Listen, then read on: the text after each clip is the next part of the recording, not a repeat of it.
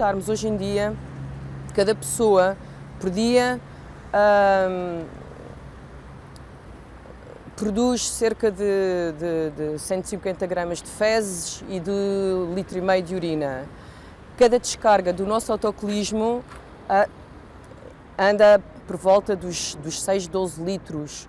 Portanto, cada pessoa por dia, para se ver livre de 1,7 litros de detritos, utiliza 30 vezes mais água potável só para eliminar da sua casa de banho os seus detritos. Portanto, se refletirmos bem de quantos somos, não é, da população mundial, e multiplicarmos por estes números que eu estou a dizer, é enorme o consumo de água potável, que é o que mais faz doer, para fazer a limpeza da nossa casa de banho, e já não estou a falar depois da quantidade de água que é necessário para fazer o tratamento dessas águas usadas que saem das nossas casas de banho. Mas o risco de contaminação de solos e lençóis freáticos é uma realidade. Não se sabe se as fossas estão a funcionar bem, se depois ficam rotas, se eram estanques e deixaram de ser, se há descargas, e portanto se houver descargas estamos a falar de cargas orgânicas elevadas que depois vão contaminar, por um lado, o meio hídrico e tipicamente podem ser também ter a presença de coliformes e de patogénicos que depois também vão contaminar não só os solos e o meio hídrico, mas também os aquíferos. Foi o que aconteceu na herdade do Freixo do Meio. Alfredo Sendim apercebeu-se a tempo de um problema que podia comprometer o agroecossistema. Captamos a 60 metros do freático e essa água estava completamente cheia de coliformes. Tínhamos as casas de banho mal feitas, dos humanos, as fossas de remediação e tínhamos também muitos animais concentrados. E essas fezes dos animais iam contaminar o freático e iam estragar-nos a água, o que depois a tendência é não resolver o problema na base, mas acrescentar remendos. E o remendo que nós normalmente acrescentamos é o cloro, não é? Para matar essas bactérias. Só quando vamos usar essa água, por exemplo, na agricultura, vamos matar todos os micro-organismos do solo. A solução encontrada foi o desenvolvimento de novas fossas estanques com 4 fases biológicas e a construção de casas de banho secas para parte do alojamento local. When you use it, you put some wood chips inside and you can also put this inside, okay? And always closed. Why? Because of the flies. This is human compost, okay?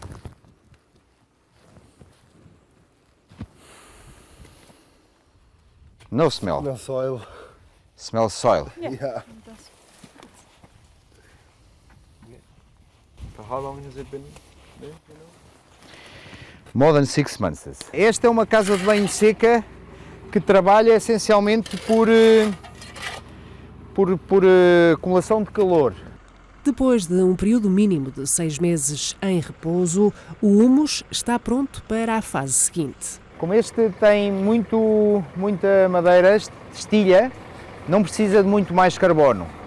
De qualquer maneira, vamos-lhe pôr depois uma pele só mais de palha com outros dejetos dos outros animais. Mas o importante agora é nós misturarmos uma boa dose de solo vivo com micro-organismos.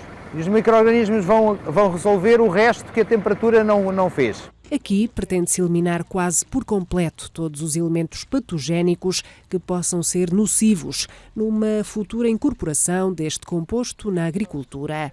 Este não é o caso, já que na herdade do Freixo do Meio, os resíduos humanos apenas são utilizados na plantação de árvores. Em 3 meses, temos aqui uma bolsa de fertilidade, que é uma coisa caríssima. Nós é que não a valorizamos bem, mas temos aqui fertilidade para plantar, pelo menos para 100 árvores à vontade. Como determinamos o limite entre os resíduos humanos e a matéria orgânica valorizada para diversos fins? O termo anglo-saxónico humanure é o que melhor define este limite. O humanure aparece do ponto de vista, já como nós já temos vindo utilizando mais este excremento animal para aproveitamento, quer energético, quer do ponto de vista nutricional. O Humanure é uma palavra que está a ficar, como também podemos aproveitar os nossos próprios excrementos, urina, com benefícios quer de produção de energia, quer de adubos agrícola. Só no ecocamping do Freixo do Meio, o conceito das casas de banho secas resulta na produção anual de 500 kg de azoto para os solos da herdade. Mas não é só o azoto que pode ser aproveitado. De acordo com a ONU, cada pessoa produz por ano, através das suas próprias fezes e urina, 4.550 gramas de nitrogênio e 548 gramas de fósforo. A utilização do chamado Humanure pode ser uma forma de nós não só pouparmos os nossos recursos, não poluirmos o ambiente, pouparmos energia e temos uma solução que também é utilizarmos os fertilizantes naturais de origem humana em vez de estarmos a utilizar fertilizantes minerais que têm destruição vasta por todo o mundo, em alguns locais, para a obtenção destes nutrientes preciosos que nós conseguimos obter com o que produzimos todos os dias. A utilização de Humanure na agricultura mantém o ciclo de nutrientes humano natural e, hipoteticamente, infinito. O que comemos e bebemos é expulso do nosso corpo e devolvido ao solo. Os nutrientes são depois utilizados na produção de novas culturas. Atualmente, este ciclo é interrompido quando enviamos os resíduos humanos para azetar, através do esgoto, e utilizamos fertilizantes químicos na produção agrícola. O homem está, devido à sua dimensão e ao impacto que está a ter no planeta, a perceber melhor que tem que se comportar como um elemento natural e que tem que compreender as leis da natureza e como é que a natureza funciona por ciclos. Nós entramos numa floresta e não vemos lixo em lado nenhum e, no entanto, podemos considerar que as folhas das árvores, na perspectiva da árvore, são lixo que já não vai utilizar. No entanto, não é verdade, porque essas folhas criam humus, vai-se degradando, criam matéria orgânica, e depois até pode ser aproveitado pela árvore e por todo o resto do ecossistema. Eu diria que o homem tem que começar a desenhar os seus sistemas socioeconómicos e ecológicos desta forma. Eu diria que nós comemos, digerimos, retiramos energia e água daqui, e nutrientes, e aquilo que já não precisamos neste momento pode ser canalizado de uma forma com um tratamento adequado para nutrir os ecossistemas, especialmente aqueles em que nós precisamos de input de energia e de nutrientes. O que aconteceu desde há algum tempo foi que nós quebramos, criámos um processo linear de extração dos nutrientes, energia, etc., utilizamos e depois enviamos para longe com processos também altamente energéticos e, na maior parte dos casos, não conseguimos fazer um tratamento adequado para não poluir os nossos ambientes. No saneamento básico, os resíduos encaminhados para azetar custam mais a tratar e nem sempre são valorizados. Não há rastreio do transporte de lamas e da valorização das lamas. Mesmo as lamas que saem muitas vezes das hectares, não se percebe muito bem para onde é que vão. Portanto, não há esse acompanhamento de rastreio, de encaminhamento das lamas, se é para prestadoras de serviços autorizados, como é que é feita a valorização. O mesmo acontece com a urina. Existe todo um potencial de aproveitamento para diversos fins. No sistema de tratamento de águas residuais, nós temos cerca de 1% de urina numa água residual. Contudo, esse 1% dá um aporte de cerca de 40% a 60% de fósforo à água residual, no global, que é difícil tratar. Quem diz a fósforo diz também azoto. O azoto acaba por se perder mesmo. No processo de nitrificação, desnitrificação do tratamento de água residual, perde-se.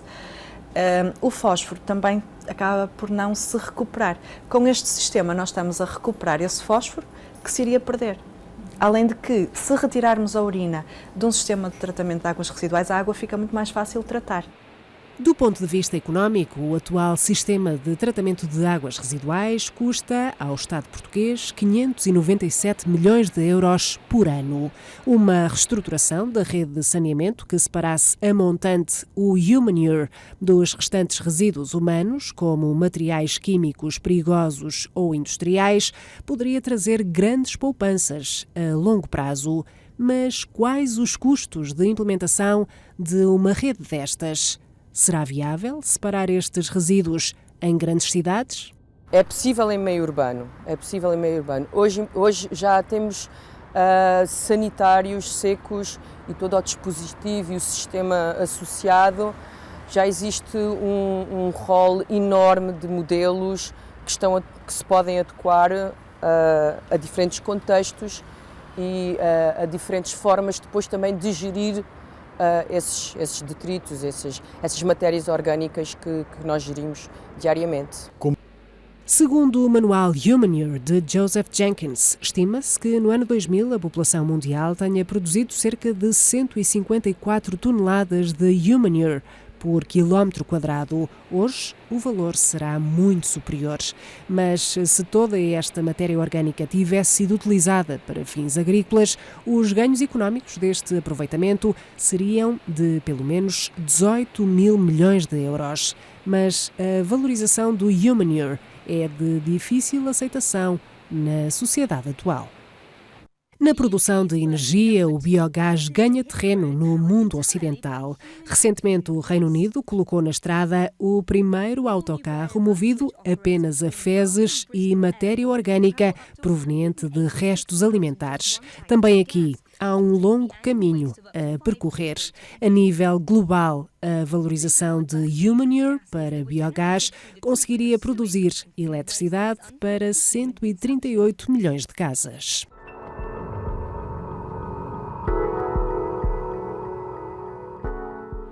A água é um bem cada vez mais precioso e a sua preservação é necessária e urgente.